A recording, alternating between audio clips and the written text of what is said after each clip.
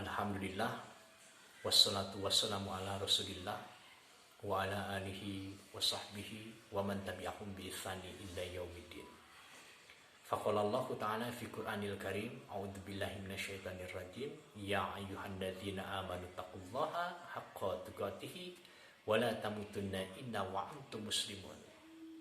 Hadirin jamaah ikhwati iman channel muslim yang berbahagia dimanapun Anda berada, masih tetap bersama saya Ahmad Firdaus Salehuddin dalam kajian Islam dan tentunya di channel muslim. Alhamdulillah, sampai hari ini kita telah melewati hari ke-18 saum di bulan suci Ramadan. Mudah-mudahan segala bentuk amalan ibadah yang kita kerjakan dengan penuh keikhlasan menuai keberkahan dari Allah Subhanahu wa taala dan dibukakan pintu-pintu rahmat, dan juga Allah berikan jaminan ampunan atas segala bukti dosa yang pernah kita lakukan di muka bumi ini. Amin ya rabbal alamin. Hadirin jemaah ikhwati iman channel muslim yang saya hormati dan Allah muliakan, izinkan pada malam hari ini saya membahas kultum mengenai tantangan wanita muslimah di akhir zaman. Langsung saja, Rabbi shrah li sadri wa yassir li amri wahlul 'uqdatam min lisani yafqahu qawli. Sebetulnya Islam tidak membatasi ruang gerak kaum Hawa selama itu tidak keluar daripada koridor syariat atau kodrat alaminya, kodrat wanita itu sendiri, ya. Karena apa? Tidak mustahil seorang wanita akan melahirkan generasi-generasi penerus dakwah, baik mujahid atau mujahidah, dan tentunya generasi-generasi tersebut dilahirkan melalui pendidikan, melalui bimbingan dan kasih sayang dari orang tuanya, terlebih yang diberikan seorang ibu kepada anak-anaknya, agar melahirkan semangat dan warna baru dalam perjuangan Islam di muka bumi ini sebagai pengemban tugas dan amanah di muka bumi ini, ya. Wanita Islam adalah ujung tombak yang mampu melahirkan para generasi-generasi masa depan dengan kualitas yang terbaik, insya Allah. Akan tetapi itu semua tidak mudah untuk dilewati, tidak mudah untuk dihadapi. Lantas bagaimana cara untuk mengembangkan sifat tauladan yang dimiliki oleh seorang muslimah sejati dalam menghadapi tantangan di masa depan atau masa sekarang ini, di zaman sekarang, ya. Yang terpenting, peran serta suami itu dibutuhkan, sangat dibutuhkan, karena seorang suami harus mampu membimbing para muslimah atau istrinya untuk melahirkan generasi-generasi Rabbani, memberikan motivasi, mendidik, dan memberikan spirit kepada istrinya, dan tentunya berdasarkan syariat Islam yang jelas, ya.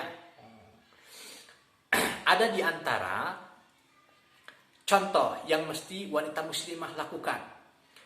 Di bawah ini adalah poin-poin yang harus digarisbawahi sebagai tauladan yang mengacu kepada syariat. Yang pertama, taat kepada aturan yang telah Allah tanamkan di dalam ajaran Islam, yakni menjaga kemuliaan dirinya, menjaga kemuliaan suaminya, dan juga anak-anaknya. Itu yang pertama. Karena Allah Subhanahu wa taala berfirman di dalam surat An-Nisa ayat 34. A'udzubillahi minasyaitonir rajim. Fassalihatu qanitatu hafizatun lil ghaibi bima hafizallahu. Yang artinya adalah, maka wanita yang saleh ialah yang taat kepada Allah dan memelihara diri ketika suaminya tidak ada, ketika suaminya sedang berada di luar, sedang berada di dalam pekerjaan, dan lain-lain. Itu yang pertama, poin yang harus difahami oleh muslimah sejati, ya. Karena berdasarkan syariat, kehidupannya akan tertata segala bentuk kehidupan, aktivitasnya akan tertata karena mengikuti syariat tersebut. Itu yang pertama. Lantas yang kedua, bersikap berani. Dalam artian tegas, kritis ketika melihat suatu kemerosotan moral, baik di dalam lingkungan keluarga, rumah tangga, atau bahkan lingkungan sekitarnya. Dan tentunya harus menyikapinya dengan cara bijaksana. Harus menyikapinya dengan penuh kesabaran. Harus menyikapinya dengan penuh perjuangan. Dan dengan cara tabligh dan dakwah sesuai dengan syariat pula. Karena memang ada dalil yang memerintahkan kepada kita semua. Bukan hanya untuk kaum Adam saja. Akan tetapi kaum Hawa pun diperintahkan untuk bertabligh, menyampaikan dakwah sekemampuannya, ya. Sebagai muslimah sejati menghadapi dakwah itu harus seperti apa, menyampaikannya harus dengan cara bagaimana. Dikatakan dalam firman Allah, kuntum khaira ummatin ukhrijat linnas ta'muruna bil ma'ruf wa tanhauna 'anil munkar wa tu'minu billah. Yang artinya, kamu adalah umat yang terbaik yang dilahirkan untuk manusia, menyuruh kepada yang baik, yang ma'ruf, dan juga mencegah daripada hal yang munkar, kejelekan, keburukan, dan berimanlah kepada Allah Subhanahu wa ta'ala. Itu poin yang kedua yang harus dipahami dan juga dipelajari oleh setiap muslimah dalam menghadapi tantangan akhir zaman. Itu yang poin yang kedua. Sebetulnya ada contoh-contoh tauladan yang mesti jadi cerminan untuk disikapi oleh seorang muslimah sejati. Contoh, istri-istri Rasulullah Shallallahu Alaihi Wasallam. Mereka semua ikut perjuangan di dalam dakwah Rasulullah hingga rela mengorbankan harta, pemikiran, dan juga tenaganya. Dan di antara perjuangan mereka ada di antara dua nih, istri-istri Rasulullah yang patut menjadi contoh tauladan sebagai cerminan muslimah untuk menghadapi tantangan di zaman sekarang ini. Ya, yang pertama nih, contoh yang pertama yang akan menjadi tauladan bagi muslimah sejati. Istri Rasulullah Shallallahu Alaihi Wasallam, Khadijah radhiyallahu anha, adalah seorang pebisnis.